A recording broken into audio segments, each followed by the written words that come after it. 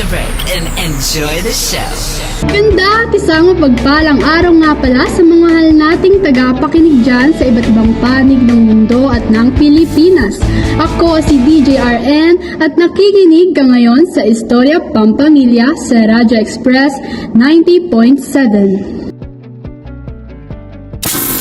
Sa Istorya Pampamilya, hatid namin sa inyo ang mga istorya na sumisimbolo sa tahanan ng mga pamilyang Pilipino, sa mga kasiyahan na dumadaan sa henerasyon hanggang sa mga pagsasama na sinusubok ng oras at panahon. Ngayong araw ay matutunghayan natin ang kwento na hatid sa atin ng mga mahal nating mamamayan.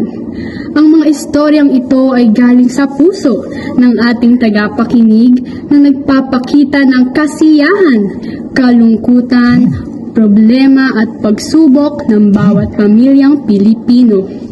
Ngayon, ibasahin natin ang liham na nanggaling sa ating mahal na tagapakinig na si Ian na nagmula sa Metro Manila at naghatid ng magandang istorya sa araw na ito. Ang kaligtasan ng ating mga anak ay nagmumula sa ating tahanan. Ngunit paano kung sa atin pa lamang tahanan mag-uugat ang malungkot at masakit na karanasan? Sa mga kapamilya nating nakikinig, paano mo ipinagpapatuloy ang buhay sa kabila ng iyong masalimuot na kahapon? Matutunghayan natin yan sa kwento ngayon na may pinamagatang Alpas. Kumain na kayo at mahuli na kayo sa pagpunta sa paaralan. Oo, Nay. Pababa na po. Mahal, kumustang trabaho? Masyado ka na yata nagpapakapagod para sa promosyon na hinahangad mo. Ayos lang. Para sa pamilya rin natin to. At para sa araw-araw na pag-aaral ng mga anak natin. Lalong-lalo na nasa kolehiyo na si Brian. Iyan anak. Kamusta naman lagay mo sa school? Ayos ka lang ba? Ayos lang naman, Tay. Masaya naman po akong nag-aaral at nakikipaghalubilo sa mga kaklase ko. Paalam mo sa akin kung nahihirapan ka o kung may umaaway sa'yo ha. Walang pwedeng umapi sa bunso namin. Tara na, kumain na tayo. Pakiabot na ng kanin at ulam. Oo, ang sarap naman ng mga ulam. Syempre naman. Niluto ng nanay niyo ang mga paborito niyong pagkain. At alam naman natin na ang nanay ang pinakamasarap magluto sa buong mundo. Ah, talagang nang bola ka pa ha? Dasal na nga tayo. Baka busog kayo at baka magutom kayo sa paaralan. Ang mga araw na ito ang pinakamasayang parte ng buhay ko. Pakiramdam ko ay ligtas ako sa bahay. Ang pagmamahalan namin ang naging kalasag namin laban sa lahat. Masasabi mo, DJRN, na para kaming mga tauhan sa masayang istorya sa libro. Ang bawat isa sa amin ay may parte sa isang masayang paglalakbay ng aming pamilya na ang tanging nagpapatibay sa isa't isa ay ang pagmamahal. Nay, mauuna na po ako at baka mahuli pa po ako sa klase. Ay, halika anak. Gusto mo ba ihatid ka na ng tatay? Naku, Tay, wag na. Para masanay din akong mag-commute papuntang paaralan. At para din na rin kayo mapagod at may trabaho po kayo. O siya, basta mag-iingat ka ha. Tumingin ka sa kaliwat kanan kapag tatawid.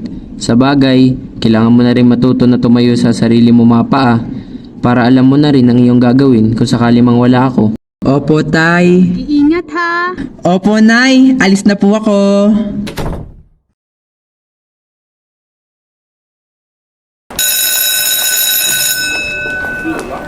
Pansin mo ba na parang ang init ngayong araw?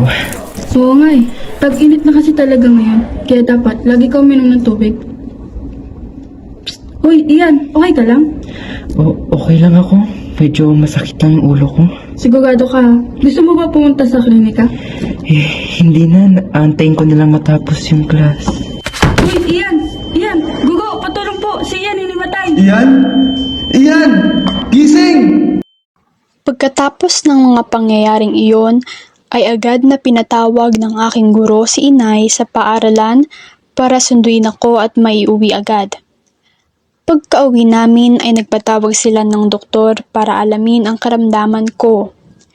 Hiluw ako at masakit pa ang ulo at masama ang pakiramdam ng mga oras na iyon, ngunit naririnig ko ang usapan nila.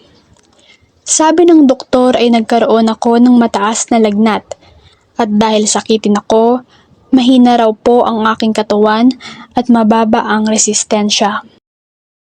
Kaya naman kapag pagod o nagkakasakit ay ako'y nahihimatay. Niresetahan ako ng doktor ng kailangan kong inumin at mga bitamina na kailangan ng aking katawan. Agad naman na naghanap ng paraan si Itay upang matustusan ang pangangailangan ko sa gamot kagaya ng paghingi ng maagang pasahod sa kanyang boss, ngunit sa kasamang palad ay hindi ito napagbigyan. Dumating na rin sa punto na siya ay naging desperado at siya ay nangutang sa malalapit niyang kaibigan sa trabaho. Hanggang sa pinautang siya ng kanyang kumpare. Labis ang tuwa ni Itay DJRN noong siya ay makadiskarte ng perang pampagamot para lamang sa akin. Kaya agad din naman siyang umuwi galing trabaho upang makabili ng gamot. Ngunit Mahal! Tatawag pa lang ako sa iyo pero nakadiskarte na ako ng pera. Pampagamot para sa bunso natin, mahal. Robert, pwede ka bang umuwi ka agad? Inaapoy na ng lagnat si Ian. Kailangan niya nang ihatid sa ospital. Ano? Pauwi na ako dyan. Antayin mo ko, okay? Malapit na ako. Aantayin ka namin. Tabi! Ano ba? Pasensya na pero kailangan ko na umuwi sa amin. O Diyos ko, gabayan niyo po ang anak ko.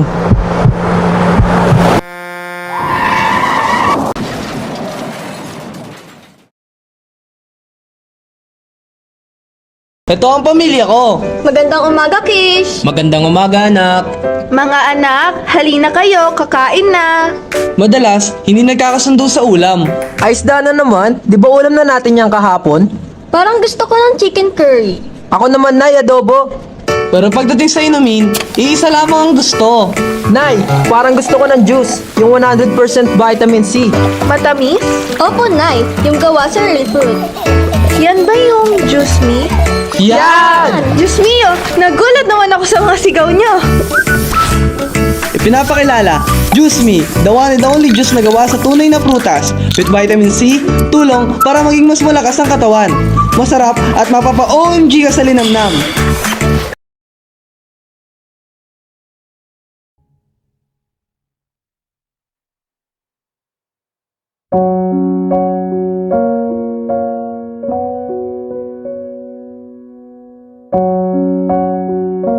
Ang pagkamatay ng aking tatay ay tunay na dumurog sa aming mga puso. Ang mga tawanan ay napalitan ng katahimikan. Ang pagkain sa pagkainan ay naging malungkot na parang tila may malalim na butas na tanging si tatay lamang ang makakapagpunan.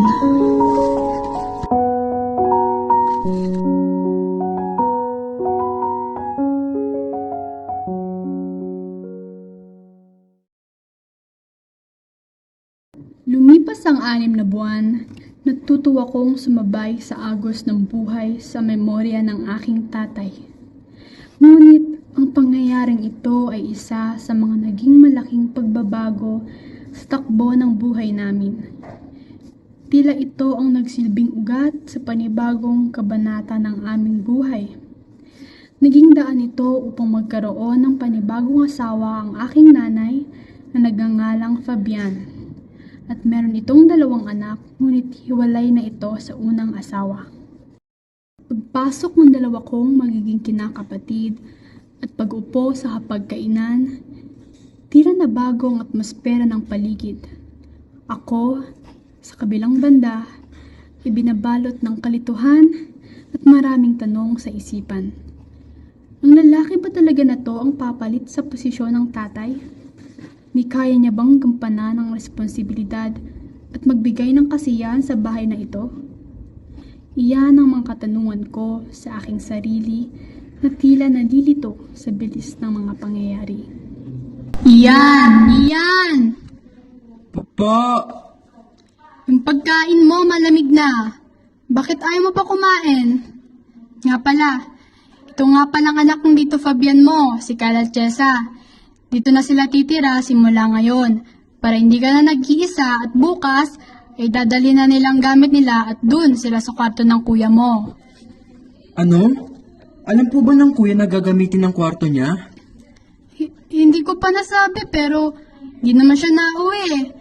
At isa pa, may sarili siyang dorm malapit sa trabaho niya. Kumain ka na riyan. O kayo, kailat Jessa. Kumain ng marami ha, paborito nyo yan, sabi ng tatay Fabian nyo, kaya niluto ko. Tila hindi pumapasok sa isip at utak ko na parang napapalitan ang pwesto ng tatay. Sa tuwing kumakain kami sa pagkainan, tila dati ay labis ang aming tuwa. Sadyang nagbago ang lahat nang mawala ang tatay. Ano tong nararamdaman ko? Tila ako ay bilanggo sa bahay na ito. Pakiramdam ko ay hindi ako nararapat sa bahay na to. Busog na ako, inay. Akyat na po ako.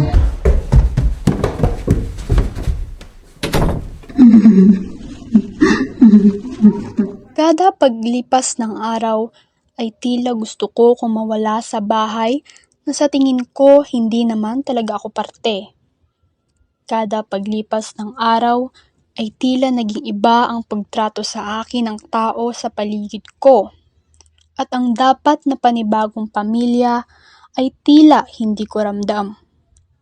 Ikinukulong ko na lang ang aking sarili at nilalaan ko na lang ang aking oras sa pag-aaral at pagpipinta. Aking mga libangan na nakakaramdam ako ng aliw at kahit papaano lumilipas ang pagtakbo ng oras. Paminsay, aking sinusubukang tawagan si kuya ngunit palagi naman siyang abala sa kanyang trabaho at sa kanyang sariling buhay.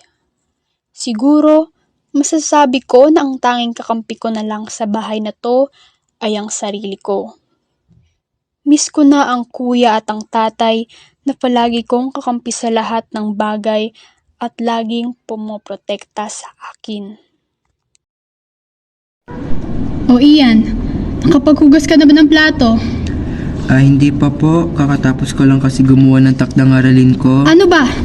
Nagiging tamad ka na ah? Ni wala ka nang nagagawa rito sa bahay? Lagi ka na lang nakakulong dyan sa kwarto mo. Pasensya na, Hunay. Gagawin ko na po. Umayos ka, Ian. Hindi kita ganyan pinalaki, ha? Nakakaya sa Tito Fabian mo at sa mga kinakapatid mo. Maghugas ka at maglinis ka ng bahay. Pauwi ng Tito Fabian at mga kinakapatid mo. Oho. Sisimangot ka pa talaga, ha? Lumapit ka nga ditong bata ka. Wala ka ng galang. Napakabastos. Oo na. Ako na ang bastos at walang galang. Bastos na ako kasi ayaw kong pagsilbihan yung panibagong pamilya na yan. Na kahit kailan, hindi ko man lang naranasan na itinuturing ako ng parte ng pamilya. Bastos na ako kung nararamdaman ko na hindi ako parte ng bahay na to. Oo ma, bastos na ako. Ganyan naman lagi, di ba? Ni hindi mo man lang naisip o natanong kung ano yung nararamdaman ko bilang anak mo. Talagang nasagot ka pa, ha? Sino ba nagpapakain sa'yo araw-araw? Sino ang nagbibigay sa'yo ng damit na sinusuot mo sa likod mo? Sino ang nagbibigay sa'yo ng bubong sa ibabaw ng ulo mo? Matuto ka ang gumalang! Oo ma, binibigay mo sa akin lahat yung nagpapasalamat ako para doon. Pero hindi ko man lang naranasan sa'yo ang pinakamahalagang responsibilidad ng ina para sa anak niya, ang magbigay na pagmamahal. Dahil simula na nawalang tatay, lagi ka na lang nakatutok sa kanila.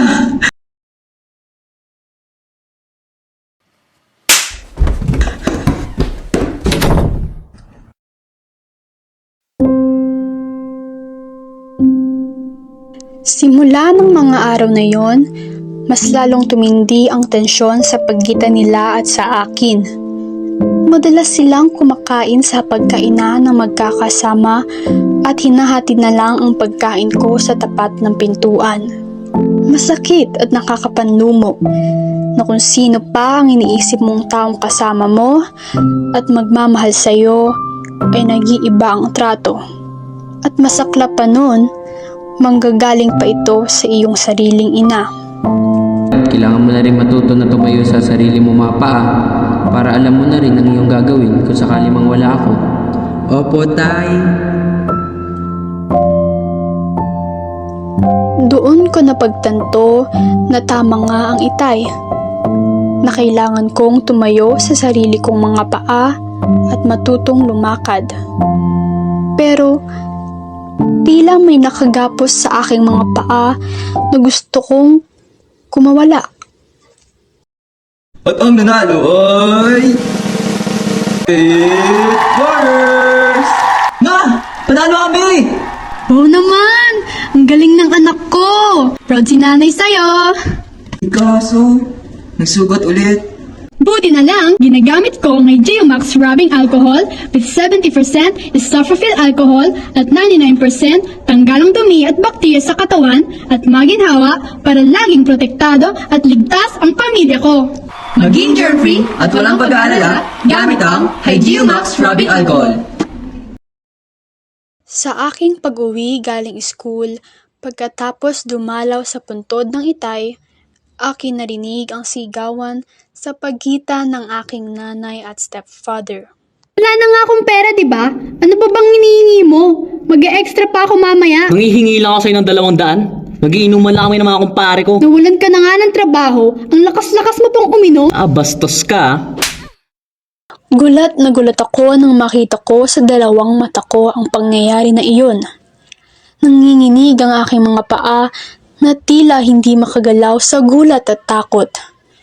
Nakalupasay ang aking nanay kaya ako ay umawat. Ngunit Ako ang nagbibigay ng pagkain sa lamesa dito nung may trabaho pa ako. Matutong ang respeto sa akin. Kung wala ako at hindi kita sinigip sa malungkot mong buhay dati, wala ka ngayon. Teka! Huwag mo saktan ng nanay ko! Tama na yan! Talagang iisa pa? Anak ka sa labas. Kaya wala kang karapatan sabihin ako sa mga ginagawa ko ha. Pero nanay ko yan! At wala kang karapatan saktan ng nanay ko! Talaga? O magsama kayong dalawa? hinding-hindi ko makakalimutan ang araw na iyon. Ang simula ng araw na inabuso at inalipusta niya ang pagkatao namin para sa katiting na pera, para sa bisyo, dahil dun nagawa niya kaming saktan.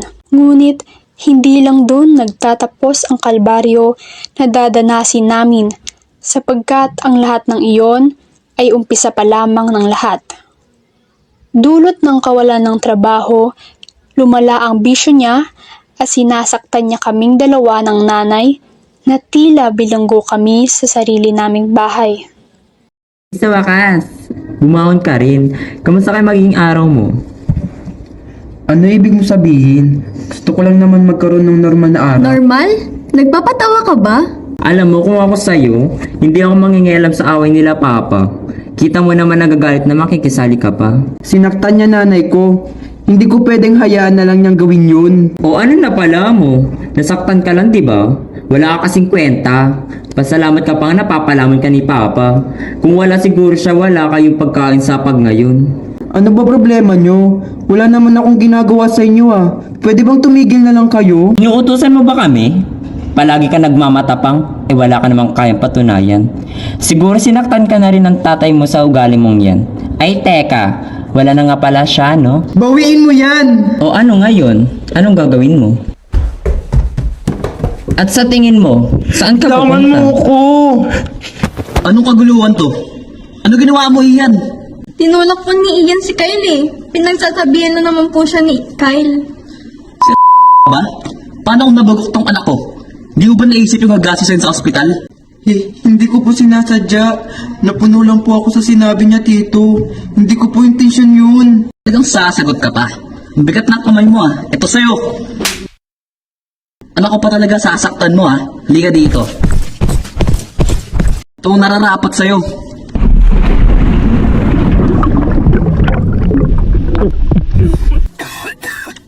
Tama na po. Fabian! Anong ginagawa mo kay Ian? Sinaktan niya ang anak ko. Kailangan niya matuto ng leksyon sa ginawa niya. Ganyan kami dinidisiplina noon. Kaya dapat yan ang maranasan. Kabataan ngayon, wala nang galang.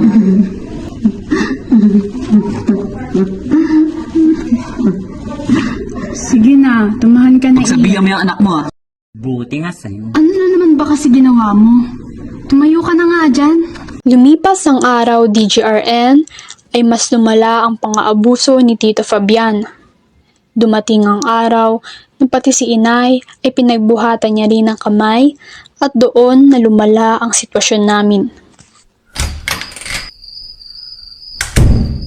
Oh, bakit ngayon ka lang? Lasing ka na naman? Ilang beses na kitang sinabihan na tigilan mo na yung pag-iinom mo, di ba? Eh anong pakialam mo? Gagawin ko lahat ng gusto kong gawin ha. Wala ka karapatan diktaan ako. May paki ako dahil asawa mo ako. Imbis na ipambayad natin sa mga utang at gastusin natin dito sa bahay, sa alak mo ginagasta lahat ng pera. O ba't ha? Ano ba? Bitiwan mo ako! Nasasaktan ako! Alam mo, ayaw na ayaw ko sa lahat niyo, pinagtataasan ako ng boses. Ang kapal ng mukha mo para diktahan ng perang pinaghirapan ko ha. Hoy babae, ako nagtatrabaho sa pamilyang to. Kaya wag mo akong pinapakialaman dahil una sa lahat ako nagsusustento sa atin. Kaya may karapatan akong gastusin tong pera ko. Hindi kahit nga yung anak mo, responsibilidad ko pang palamunin eh. Nay? Nay! Anong nangyayari? Bitawan mo nanay ko! Isa ka pa! Huwag ka na ngayon dito! Palagi mo na lang kami sinasaktan. Bitawan mo nanay ko. Kung hindi, tatawag ako ng pulis. Palakas naman ang loob mo! Anak, bilis! Tumawag ka na ng pulis! Ah, makulit ka ah. Tulong! Bitawan mo Hindi ka ako! ditong Hindi na kayo natuto ng leksyon nyo ah. Mga kayo. Pagkatapos ng ginawa ko sa inyo, ganito igaganti nyo sa akin? Mga wala kayong galang.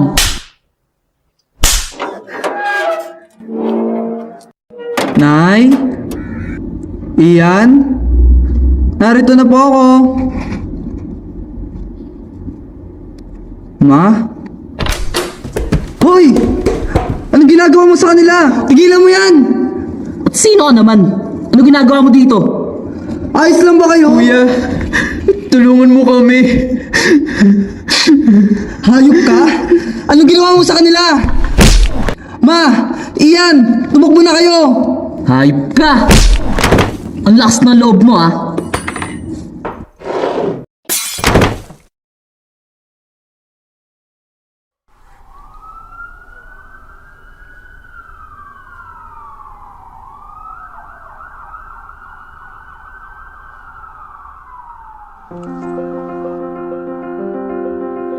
Matapos ang pangyayaring iyon, ay tuluyan nang nakulong ang aking stepfather.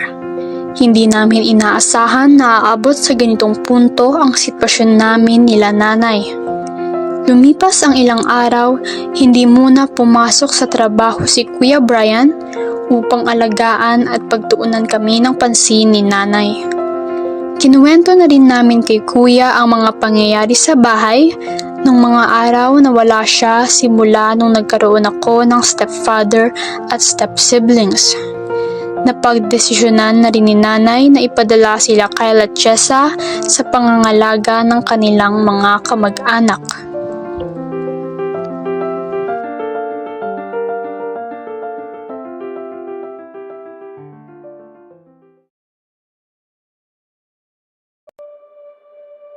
Makalipas ang 10 taon, heto ako ngayon, ibinabahagi ang istorya ng aking buhay sa buong mundo.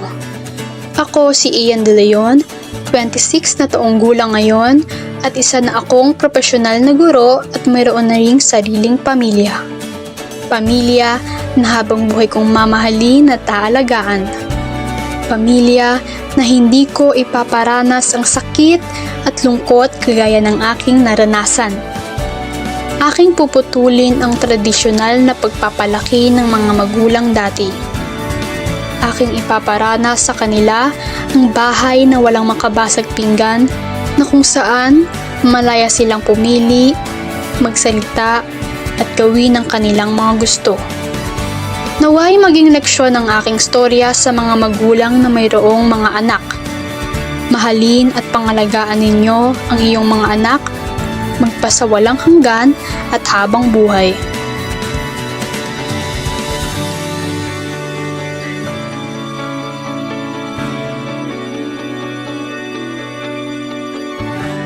Sana namang magandang kwento at kapupulutan ng maraming aral ang hatid sa atin ngayon.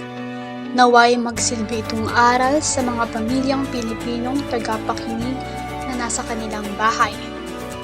Marami sa atin ang may hindi kumpleto ang pamilya, kaya ating siguraduhin na hindi ito magiging dahilan ng masakit masalimuot na karanasan natin, lalong-lalo na sa ating mga anak. Maging responsable at magandang ehemplo tayo sa mga anak natin sapagkat ang kanilang desisyon at kinabukasan ay nakasalalay sa paggabay nating mga magulang.